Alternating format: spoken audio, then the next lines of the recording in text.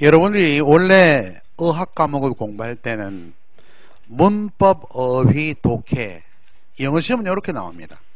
문법, 어휘, 독해 생각해보면은 가령 영문학, 그죠? 프루스트의 가지 않은 길, 영어로 보면 노란 영시 아니겠습니까? 노란 숲속에 두 갈래 길이 있었습니다. 영어로 쫙 적어놓고 윗글에 밑줄 친 기억에 함축 적으면 이런 문제 안 나오거든.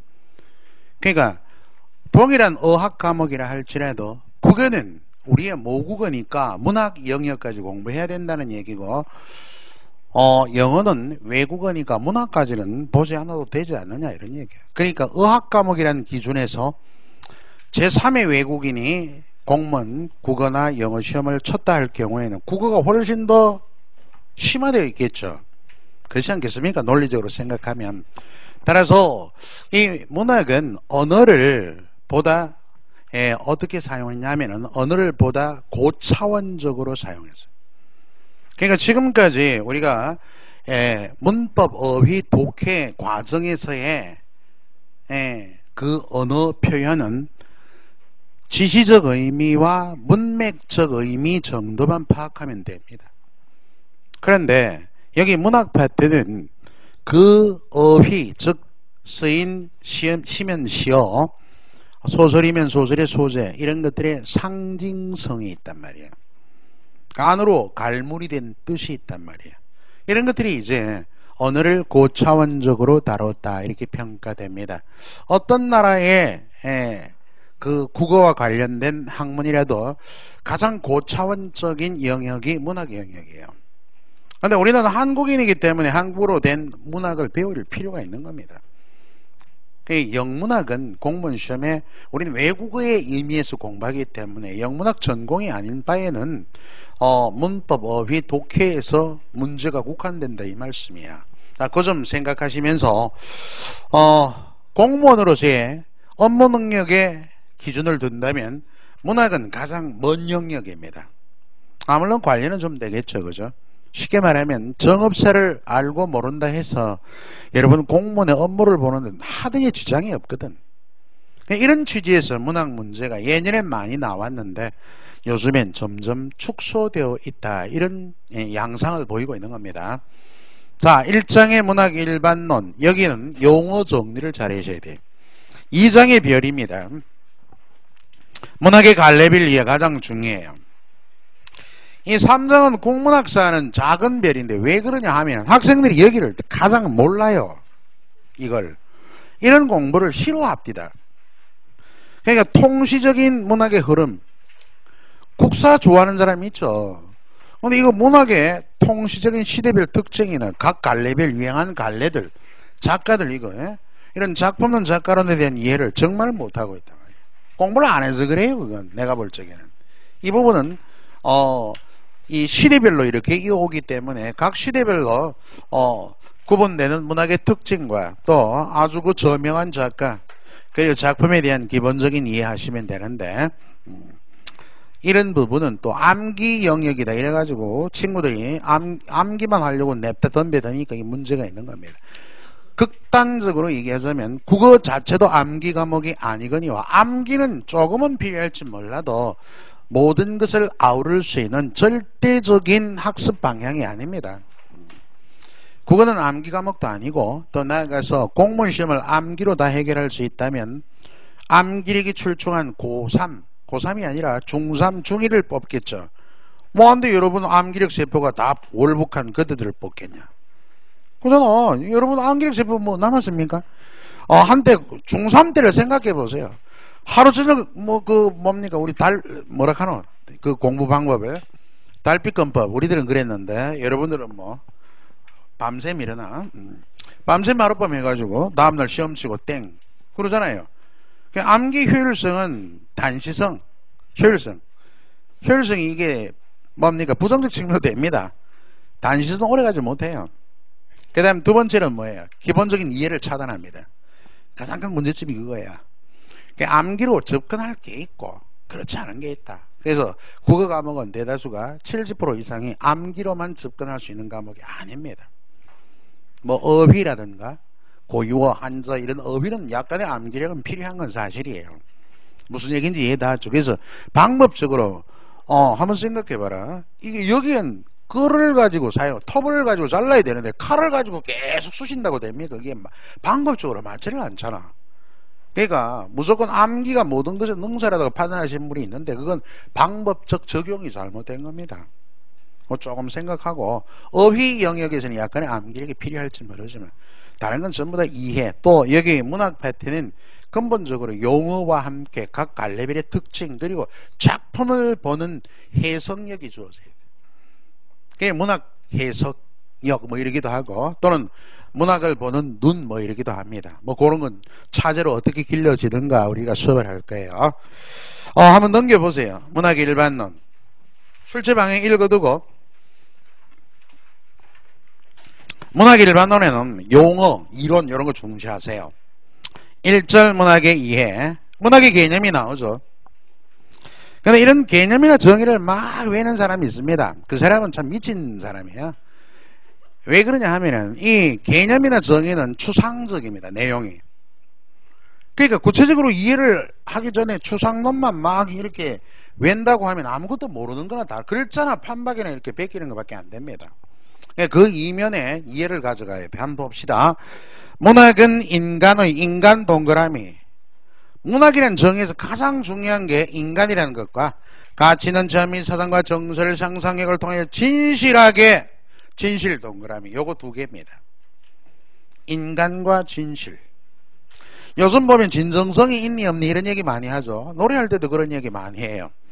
대화할 때도 야 너 진정성 있다 없다.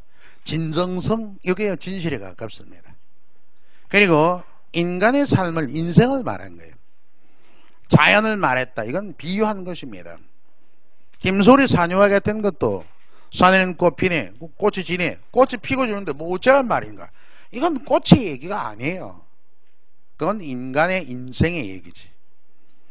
따라서 문학은 첫 번째로 인간의 삶, 즉 인생을 대상으로 한다.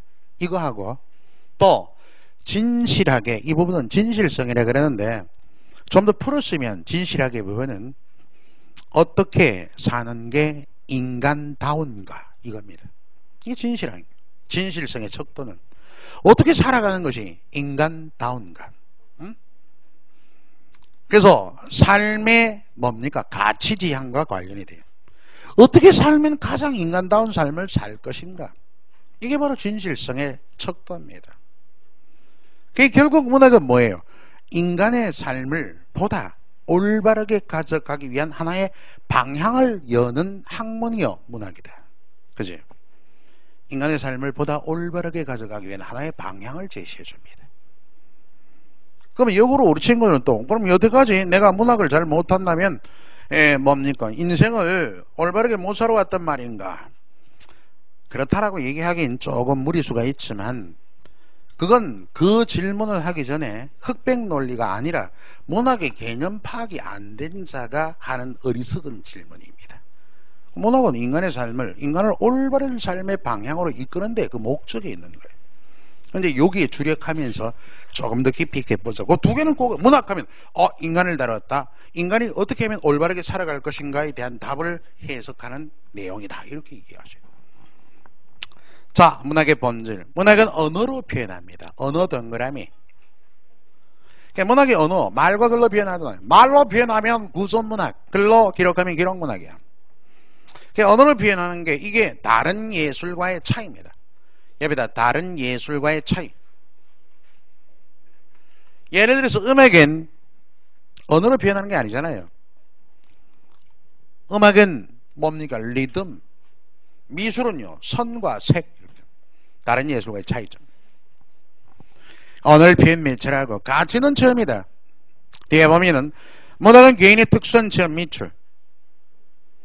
함축적으로 표현하여 독자의 보편적 공감, 독자의 보편적 공감, 거기 미출.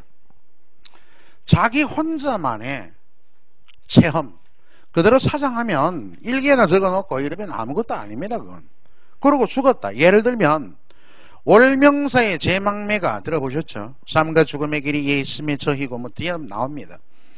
천년 전에 월명사가 자기 여동생이 죽었을 때 슬프다 뭐 이렇게 하고 그냥 명복이나 빌어주고 그렇게 고스란히 죽었다면 작품도 안 남겼다면 오늘날 어떻게 우리가 그의 월명사라는 사람이 여동생이 죽어서 죽음을 어떻게 극복했는지 뭐 알 게 뭡니까? 작품이 남아있지도 않은데 그건 개인적인 추억에 불과한 거예요. 이걸 문학 음성언어 문자언어로 적어다가 작품으로 형상화해서 그 당대 사람에게도 감동을 주었겠지만 오늘날의 사람에게도 누구나 다 죽으면 비껴갈 수 없잖아요.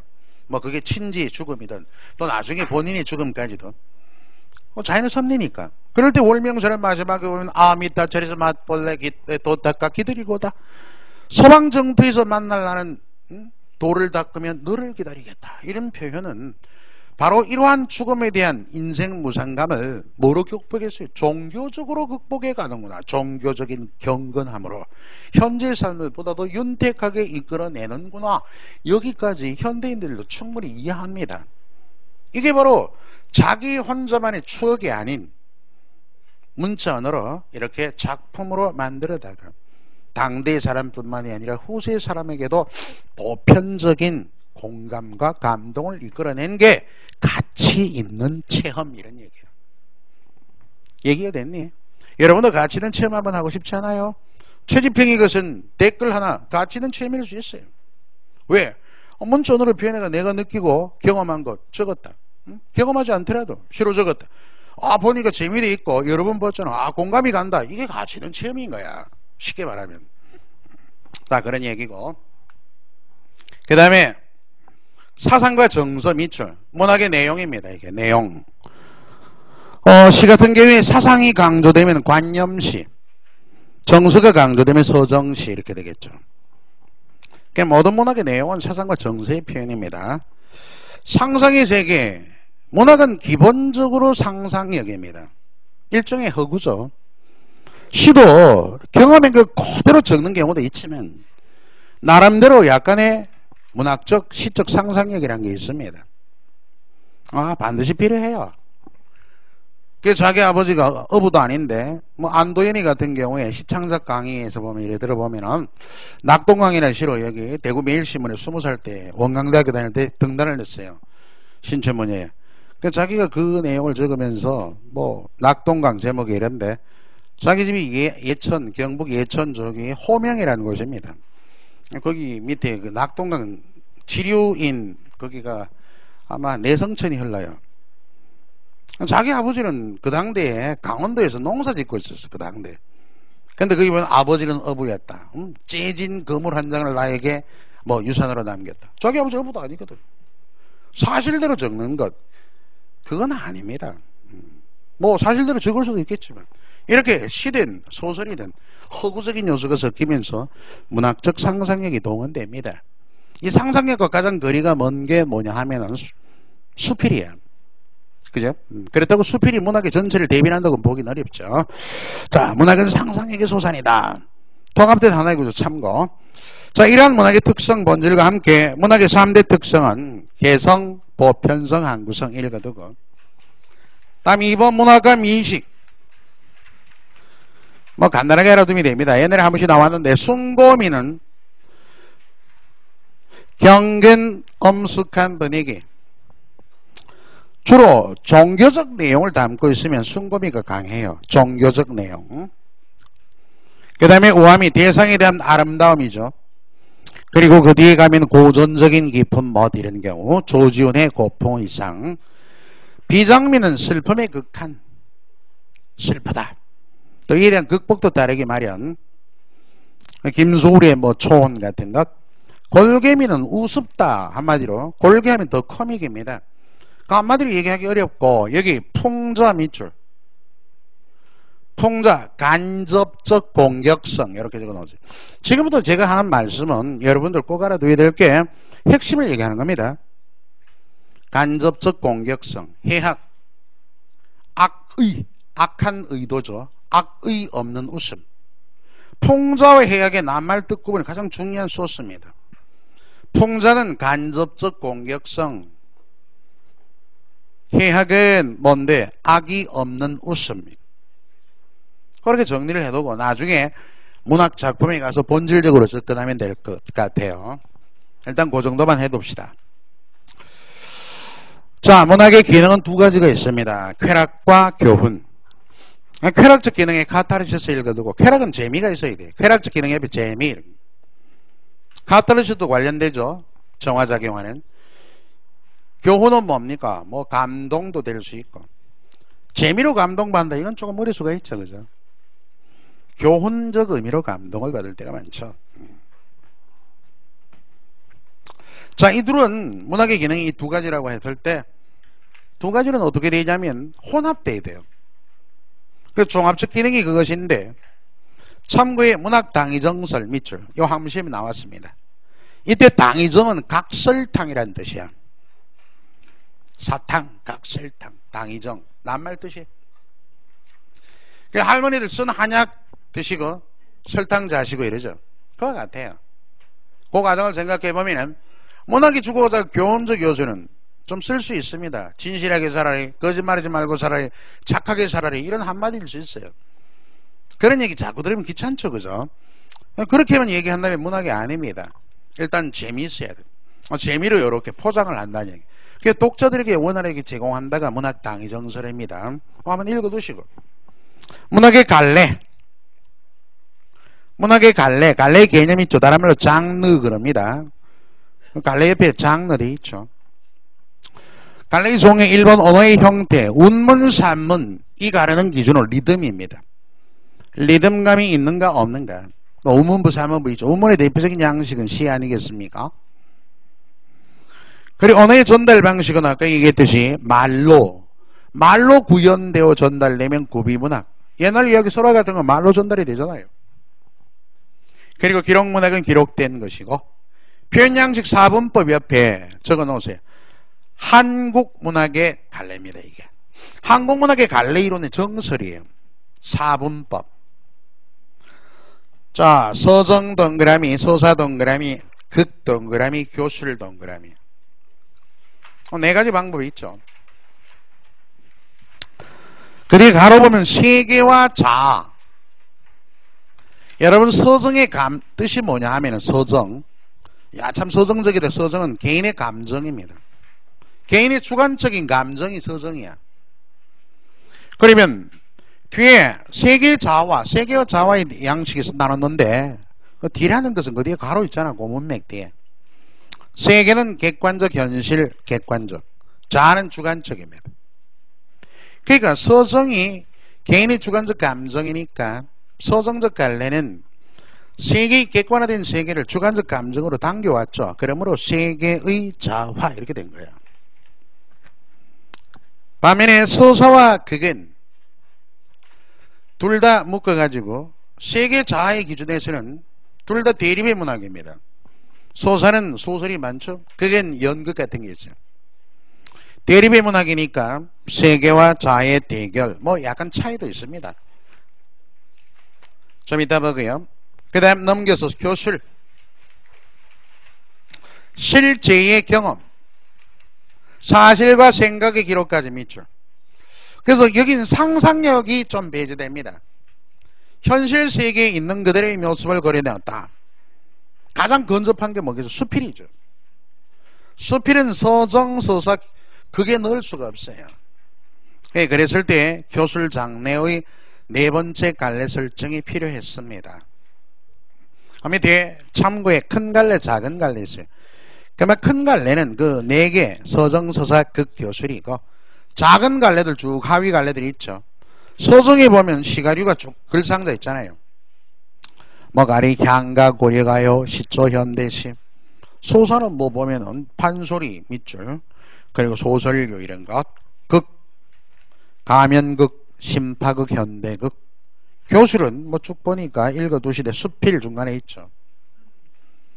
자, 이렇게 4대 갈래로 나누는 이것이 바로 한국문학의 갈래 이론의 정설입니다. 그러나 우리가 서양의 문학 기준에서 보면은 시, 소설, 희곡, 그죠? 수필, 시나리오, 평론에서 6대 갈래로 나누죠. 보통 문학의 갈래별 특징에서는 이런 서양의 양식대로 6대 갈래로 대부분의 이론서가 수록되어 있습니다. 저도 그렇게 2번 파트 그렇게 했고, 자, 지금 문학 일반론에서 가장 시험에 많이 나오는 파트 중에 하나가 4번입니다. 라지 A. 작품 해석의 방법과 관점. 가장 시험에 많이 나와요. 우측에 작품 해석의 관점, 그 모형 한번 보세요. 그러니까 여러분들이 문학 작품이 있다, 그죠? 이걸 어떻게, 어떤 방법 해석하는데, 문학 작품도 대상이 문학 작품일 뿐이지, 독해 텍스트처럼 대상을 놓고 필자의 생각을, 필자의 관점을 이런 거 파악을 주겠잖아. 있는 그대로 뭐 독해 우리 원리에서 문학 작품도 일단 해석을 해야 되지 않습니까? 그랬을 때 이 가장 많이 나온다. 작품, 이 작품을 텍스트로 해서 해석을 할 때 마치 일반적인 것을 독해하듯이 방법이 두 가지야. 방법 둘. 그리고 관점, 보는 관점, 보는 방향이 네 가지입니다. 예를 들어 그 모형에 보면 비슷하게 그림을 이렇게 있습니다. 작품이 이렇게 있어요. 이게 우리가 독해 지문으로 보면 텍스트, 정보. 근데 보는 관점이 네 가지가 있어요. 사실은 이 방법이 두 가지고 다음에 관점이 네 가지입니다. 이렇게 또 뭘 중시할까? 작품을 해석함에 있어서 작가를 중시했다. 작품 해석할 때 작가를 중시한 것을 표현론, 작가가 표현하는 거죠. 표현론, 표현론적 관점. 작품을 봄에 있어서 현실, 그 당대의 현실을 중시했다. 현실을 중시하면 반영론입니다. 현실을 반영한다. 그 다음에 작품을 해석함에 있어서 독자를 중시했다. 이걸 효용론 그래요. 독자에게 어떤 쓸모가 있겠는가. 그리고 작품을 봄에 있어서 작품 자체의 분석을 중시했다. 작품 자체의 분석은 작가, 다음에 현실, 독자, 이런 작품 외적인 요소가 아닙니다. 그죠? 그래서 여기 보면은 이제 조금 더 살을 달면은 네 가지 관점 더 살을 좀 달아볼까요? 여러분, 작품은 읽어낼 때 이렇게 해서 작품 해석에서 작품은 작가의 사상, 감정, 인생관, 그죠? 체험, 이런 것이 뭐가 되었다? 표현된 것이다. 작품은 작가의 사상, 감정, 인생관, 체험이 표현된 것이다. 이게 표현론적 관점. 작품은 현실을 반영하는 거울이죠. 비추는 거울. 작품은 독자에게 어떤 영향을 주었는가? 효용론. 작품 자체였으니까 뭘 중시한다? 언어를 중시해요. 그 작품의 어휘라든가 시어 이런 걸 중시합니다. 언어를 중시하면서 작품 자체로도 충분히 자족적 세계, 또 하나 작품 자체로 유기적 존재. 이 자족적 세계는 작품 하나로 충분하다. 작품이 살아있다. 작품만으로도 이런 외적 요소 살피지 않아도. 자, 이렇게 봤는데 지금 작가, 여기 나오는 독자, 현실, 이 세 가지가 방법을 바랍니다. 뭔데? 외제적, 작품 외적 방법이래. 외제적 방법 이렇게 얘기해요. 하위 부분도 세 가지 관점이 있습니다. 그 다음에 작품 자체의 분석에 역점을 두었다가 작품을 내적으로 보았죠. 내재적 방법. 그러니까 작품 방법은 두 가지입니다. 외재적, 내재적 방법. 관점은 네 가지예요. 그 관점은 얘기 다 드렸죠. 작가를 중시하면 표현론, 현실을 중시하면 반영론, 독자를 중시하면 효용론. 작품 자체의 분석을 어느 중심으로 연결하면 이걸 뭐라 그래? 절대주의. 절대주의적 관점. 다른 말로 존재론, 구조론 이런 얘기입니다. 자, 여기까지 하면 이 기본은 딱 됐어요. 기본은 됐는데 지문을 두고 그 지문의 작품 해석의 방법이 어떤 방식이 이끌렸는가 이 판단을 할 줄 알아야 됩니다. 그게 이제 문제예요. 네. 나머지 그 쫙 읽어보면 이 그림에 모두 다 국한되어 있습니다. 자, 생각으로 푸는 문제 갑니다. 이 시는 현세적 삶을 살아가는 젊고 어여쁜 여성의 번뇌 위에 종교적 지향성, 어떤 시 같아요? 승무, 조지훈의 승무.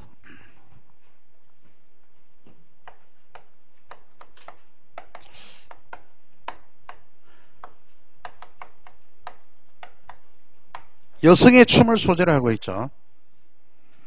이 주제가 이거예요.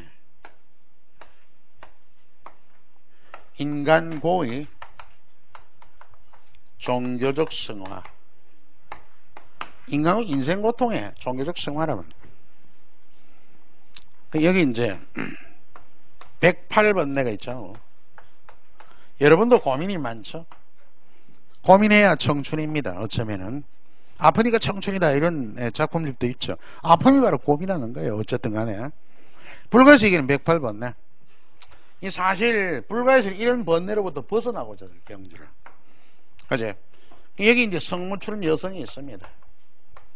이 시에서 보면 여기 별빛이 있어요. 별빛은 함축점이 두 가지인데 이 구도에서 이 성무의 의미는 뭘까? 이런 구절이 있습니다. 번뇌는 별빛이라. 이 주제어예요. 이 시에서 하얀 것가는 고이 접어서 나빌레라 이렇게 시작하죠. 그죠? 번뇌는 별빛이라. 번뇌가 바로 인생 고통의, 별빛은 뭐 종교적 승화를 의미합니다. 이 번뇌를 종교적으로 승화, 별빛까지 다가가는 그 과정 속에 그 과정이 바로 성무란 말이에요. 춤. 뭐 시가 이렇게 구성이 되어 있어요.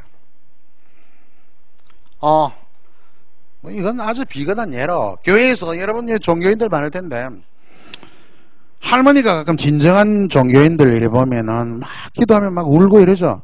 가끔 가다가 막 이유도 없이 고함치고 울고 하면 거의 방언하고 거의 미쳤고 그러신 분들은 이래 보면은 정말 자기 반성하면서 막 회개하면서 눈물을 흘리고 막 이러신 분 있어요. 가만 보면 거룩할 때가 있습니다. 그건 바로 조지훈적 버전으로 얘기하면 성모와 똑같아요. 와, 종교가 다른데요. 가슴 아픈 소리 좀 그만하고. 내가 여기 종교의 이질성에 대해서 얘기하고 있는 게 아니잖아요. 그 공통된 감정을 얘기하는 거지. 자, 여러분도 그런 경험이 있다면 그건 뭐 여기 마치 이 작품이 이 작품의 주제와 통하는 것입니다. 그래서 한번 읽어보세요. 종교적 지향성을 포개물어서 번뇌의 종교적 극복, 지향이라는 주제를 밀도 있게 제시하는 시인의 내면. 여기 이 평가에서 가장 중요한 핵심적 구절이 어디냐를 골라야 돼. 뭐가? 시인의 내면 아이가. 그러면 시인은 누군데? 작가 중심으로 이 작품을 평가했잖아. 표현론 아이가 표현론. 이렇게 맞춰야 됩니다. 이런 문제가 가장 많이 나옵니다. 그 다음 수사법의 라즈비. 자, 두 개. 문학 일반론에 초점을 둬야 할 게 문학작품 해석의 방법과 관점 하나 하고 다음에 수사법입니다. 수사법에서 잘 나오는 건 미리 알고 동그라미 쳐놓고 2번에 언유법, 5번에 대유법 동그라미 해놓으세요. 3번에 상징별 하나, 강조법에 가서 198쪽에 억양법 7번에 8번에 대조법, 199쪽에 반어 역설 마지막에 있죠. 1, 2번 묶으세요. 반어 역설 묶어서 90%. 9급에 문제 나왔다면 역설법 반어법입니다. 90%. 아직도 낱말 뜻을 모르고 구분 못한다 이런 얘기죠. 학생들이. 90% 여기 나옵니다. 9급에. 다음 서리법은 뭐 그 뒤에는 뭐 읽어두시면 돼요. 자, 수사법은 이런 거 중점적으로 선생님 나 수사법 많이 배웠는데 초등학교 때부터 배워도 모르는데 어쩌나 그럼 뭐. 배우는데 아직 반어 역설을 구분 못하면 수사법 모르지 뭐. 여러분 문제 90% 이상 나오는 반어 역설을 극복을 하셔야 됩니다. 하나하나 보시죠. 간단하게. 자, 그게 비유법, 그 위에 보면 수사법은 그를 효과적으로 표현하기 위한 기법입니다. 세 가지가 있는데 1번 비유는 내가 몇몇 설명했죠. 표현코자, 그 밑에도 뜻이 있죠. 표현코자 하는 말을 또는 사물을 다른 사물의 가장 초점이 뭘까? 빗대어 표현을 빗대어. 표현하고자 하는 사물을 원관념, 빗댄 대상물을 보조관념 이렇게 얘기합니다. 원관념, 보조관념. 그러니까 비유법 전체에는 원관념, 보조관념이 있기 마련입니다. 원관념은 본질적으로 말하는 뜻이고 보조관념은 겉으로 드러나요. 해서 유자 돌리면 전부 비유법입니다. 직유는 쉽죠. 뭐 인양, 같은, 듯이 이런 표현이 나오니까. 따라서 직유를 유사성의 비유라 그래요. 보석처럼처럼 보석처럼 빛나는 그 눈동자면 눈동자가 원관념 A. 다음에 보석이 비유됐죠. 눈동자를 보석에 비유해서 표현했잖아. 처럼이란 이런 유사성으로 말미암아서 이게 직유법, 보석이 보조관념. 언유법 A 콜 B죠. 이 언유법은 동일성의 비유, 이퀄이니까 그렇게 얘기합니다. A 콜 B, 내 마음 이퀄 호수. 그죠? 또 의가 동격의 의입니다. 니은의 의가 동격의 의.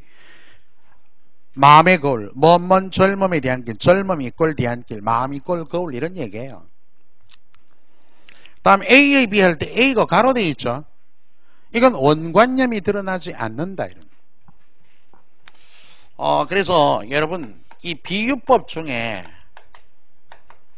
비유법 속에 이 압류라는 표현이 있습니다. 압류법 이렇게 말하잖아요. 압류란 말은 무슨 얘기냐면 원관념이 나타나지 않네요. 원관념이 나타나지 않을 경우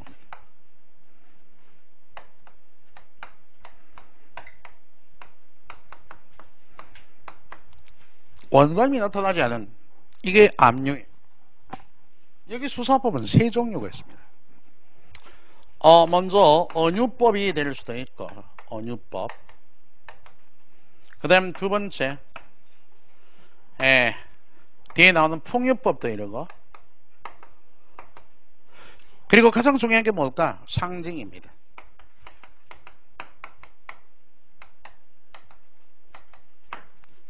그럼 A, B의 관계를 보면 있잖아. 이 언유법은 A 요거 원관념이 안 드러나고 이퀄 관계가 수립이 이렇게 돼요. A, B의 관계를 보면 A가 원관념, B가 보조관념. 풍유법은 A 드러나지 않죠. 요건 그냥 요렇게 빼기가 아니고 줄만 그어놓고 이럴 때 상징도 이래요. 여기 A, B의 관계로만 그림화시키면 요거 두 개가 동일한데 하나 특징이 있습니다. 이 풍유법의 B는 고정이 되어 있어요. 보조관념이 뭐예요? 속담입니다. 속담.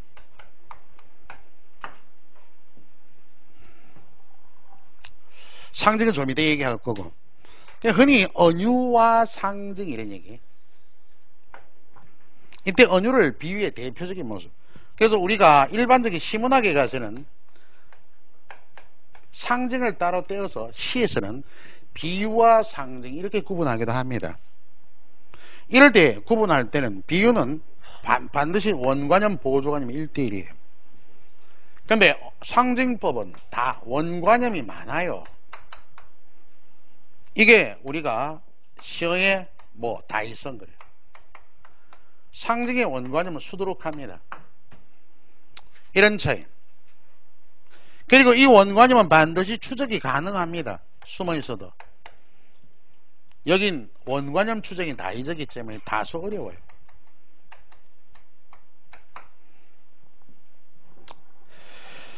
따라서 현대시의 대다수는 상징시입니다. 그래서 현대시의 함축적 의미는 모두 다 상징의 원관념 파악하는 거예요. 따지면 여기는 조금 전에 거기 있죠. 예문이 귀 밑에 해묵은 서리를 녹여볼까노라. 이럴 때 서리는 이 시엔 안 나타나 있지만 원관념이 숨어 있어요. 그러나 누가 봐도 귀 밑에 해문서리는 백발 원관 추정이 가능합니다. 이게 언유법이에요. 풍유법은 속담 자체는 관용적 표현이에요. 관용적 표현은 그 드러난 표현 자체의 지시적 의미는 없습니다. 그러니까 원숭이도 나무에 떨어질 때가 있다. 그런 뜻이 아니라는 거예요. 그러니까 드러난 속담 자체는 보조관념일 뿐입니다. 속뜻이 따로 있어요. 속뜻이 A가. A는 그 본래의 의미를 찾아야 됩니다. 원숭이도 나무에서 떨어질 때가 있다 하면 본래의 뜻은 뭘까? 아무리 어떤 분야에 뛰어난 사람이라도 자기의 전문 분야에서 실수할 수 있다 이런 뜻입니다. 원관념이죠. 그러니까 풍유법은 어렵지 않고 상징법이 중요합니다. 상징.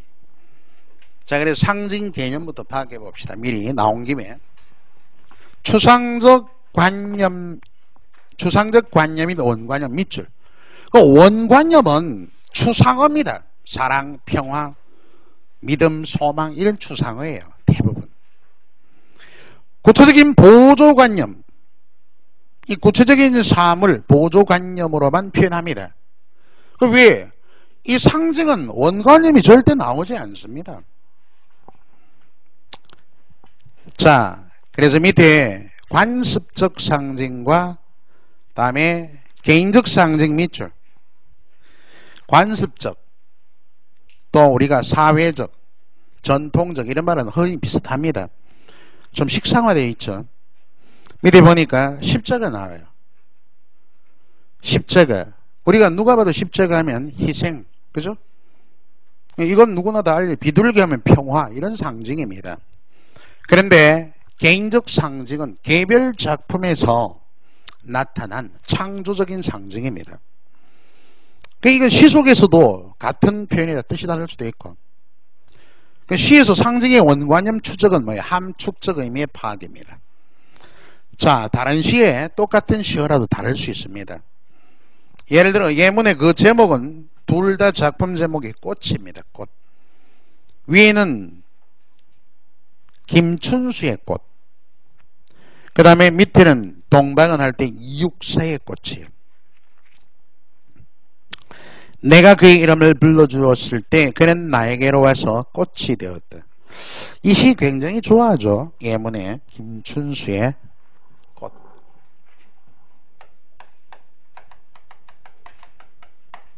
근데 많이들 좋아하는데 예를 들어 이게 일반적인 글이었을 때 독해 무슨 뜻인가 하면 잘 몰라요. 모르는 사람이 많습니다. 하나라도 시가 고차원적으로 언어를 고차원적으로 사용했다. 이 고차원적 방법이 가장 중요한 게 함축적 의미예요. 그러니까 시의 주제를 파악하려면 함축적인 의미, 즉 원관념을 파악할 줄 알아야 됩니다. 어쨌든 시가 일반적인 글처럼 인지적 해석, 사실적인 해석이 되어야 그렇구나 하는 이해가 됩니다. 그 과정을 우리 학생들이 많이 못 가져가고 그 과정하는 공부에 대한 해석을 잘 모르니까 시가 드러난 뜻 그대로 아니거든요. 다른 뜻이 있어요. 그 다른 뜻 찾기를 어려워하니까 이해가 안 되는 겁니다. 보세요. 내가 그의 이름을 부르기 전에 걔는 다만 하나의 몸짓에 지나지 않았다. 행구부는 지금 일일이 다 못합니다. 내가 그의 이름을 불러주었을 때 대충 이럴 거예요. 걔는 나에게로 와서 걔는 나에게 와서 꽃이 되었다.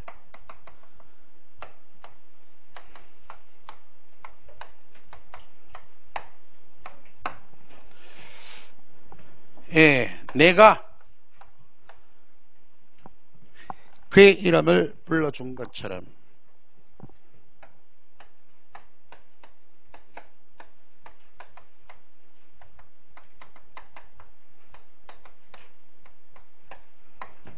내가 그 이름을 부른 것처럼 누가 나의 이 빛깔과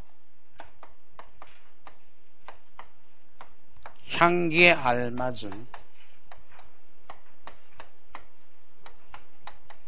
나의 이름을 불러다오.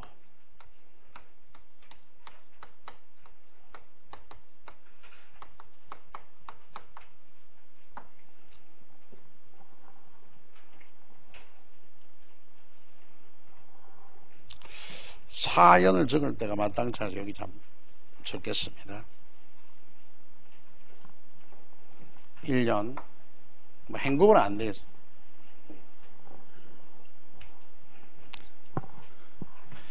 나도 그에게로 가서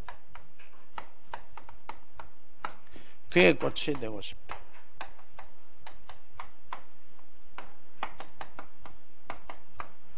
우리들은 모두 무엇이 되고 싶다. 내용이 맞나 대충?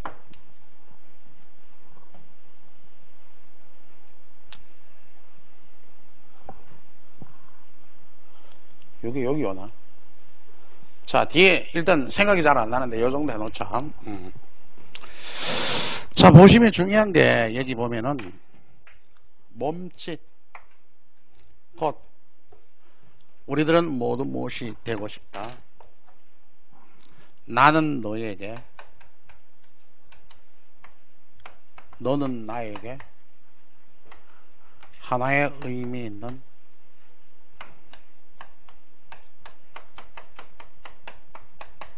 눈짓이 되고 싶다. 뭐 대충 이렇게 끝날 거예요. 혹시 빠진 점 있더라도 양해하고. 몸짓, 꽃, 다음에 우리들은 모두 무엇이 되고 싶다. 눈짓할 때.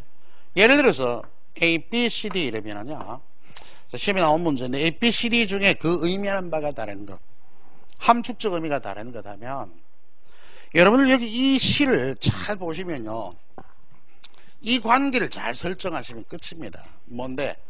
나와, 그죠? 나와 그 누구 관계가 이렇게 됩니다. 나,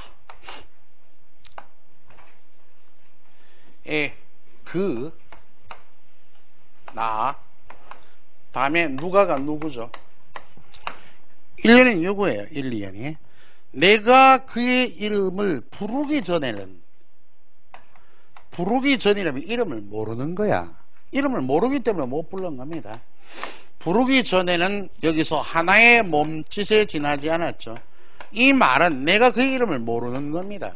하나의 몸짓은 나에게 있어서 뭐죠? 의미 없는 존재입니다.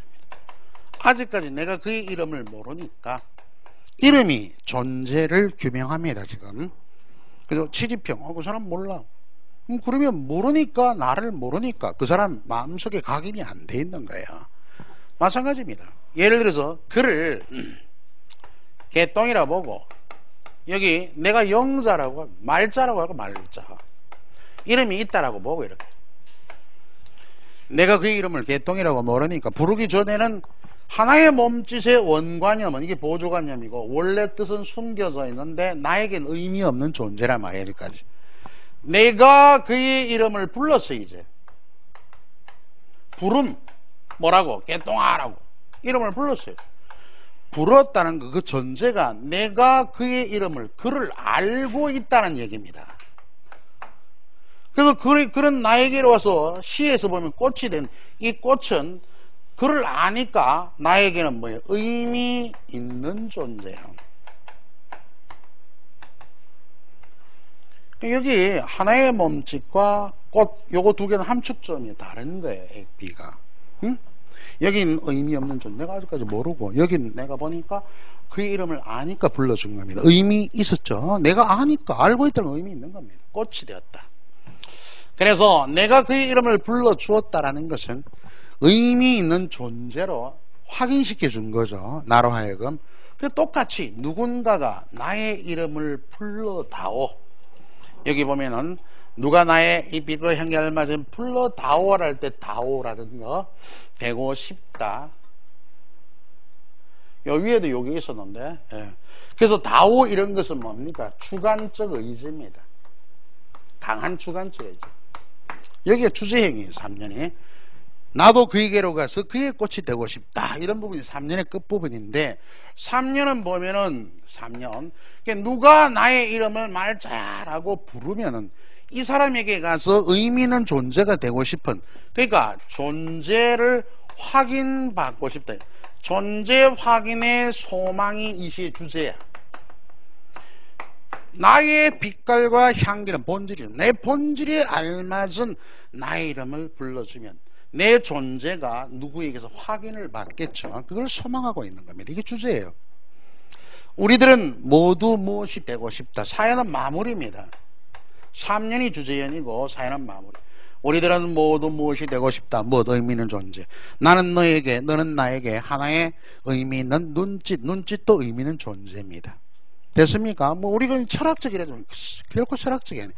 1, 2년은 하나의 몸짓 의미 없는 존재, 이름을 부름으로써 나에게 각인이 됐으니까 꽃이라는 함축적 의미는 의미 있는 존재로 내가 압니다. 이렇게 내가 상대방의 이름을 불러줘서 나에게 의미 있는 존재로 다가왔던 것처럼 누군가가 나의 향기 빛깔, 본질에 알맞은 이름을 불러주게 되면 그의 마음속에 존재 확인이 되는 거 아니겠어요? 존재 확인의 소망을 주제로 하는 시다. 그리고 마지막에 마무리해놓은 이런 시예요. 됐습니까? 근데 여기서 그러면 어느 정도 이해됐다면 내가 그 이름을 불러줬을 때 그는 나에게로 꽃 의미 있는 존재 이렇게 하면 놓고 여러분들 이 전반적으로 설명을 했잖아요. 이해하라고 해석. 그래서 시를 이렇게 보면서 저 시가 무슨 뜻을 어떻게 말하는지 하는 사실적인 독해로 보면 이해가 되어야 시가 온전하게 자기 것으로 파악이 되는 거예요. 그 과정이 되지 않고 있는 그대로만 자꾸 이해하려니까 방법을 모르고 길을 모르는 거예요. 정막강산입니다. 그래가지고 위시의 주제는 몰라요. 얘기가 안 맞잖아요. 가장 중요한 게 이 수사법에서의 상징의 원관념, 즉 함축적 의미의 파악입니다. 시문제는 50% 여기 집중되어 있어요. 그거부터 뚫고 넘어가야 할 산입니다. 함축적 의미 파악은 곧 상징의 원관념 파악이다. 이렇게 알아두셔야 됩니다. 근데 바로 위에 밑에 동방은 하늘도 다 끝나고 비 한 방울 내리지 않는 그때 누가 봐도 불몽의 시대입니다. 어려운 시대가 꽃은 오히려 발갛게 피지 않는가 이육사의 꽃입니다. 이때 꽃은 어렵고 시련의 시기의 꽃, 이건 시련 극복의 의지 이렇게 읽힙니다. 그러니까 함축적 의미가 같은 제목의 꽃이라 할지라도 시인이 어떻게 주관적으로 변용해 썼는가에 따라서 의미가 달라지는 이것이 바로 창조적 개인적 상징인 거예요. 시마다 다르니까. 그죠? 그런 함축성, 즉 개인적 상징의 함축적 의미를, 함축적 의미가 곧 상징의 원관념 찾는 거예요. 그걸 파악해야 시가 적나라하게 여러분의 마음속에서 읽히고 드러납니다. 정확하게. 그런 얘기고. 자, 상징법 한번 설명을 드릴게요. 잠깐 여유 뒀다가 그 언유법 밑에 이제 안 한 수사법들 있죠. 간간히 훑으면서 초점화 두라는 거 다시 한번 강조하면서 연결해 가겠습니다. 쉬었다 가자.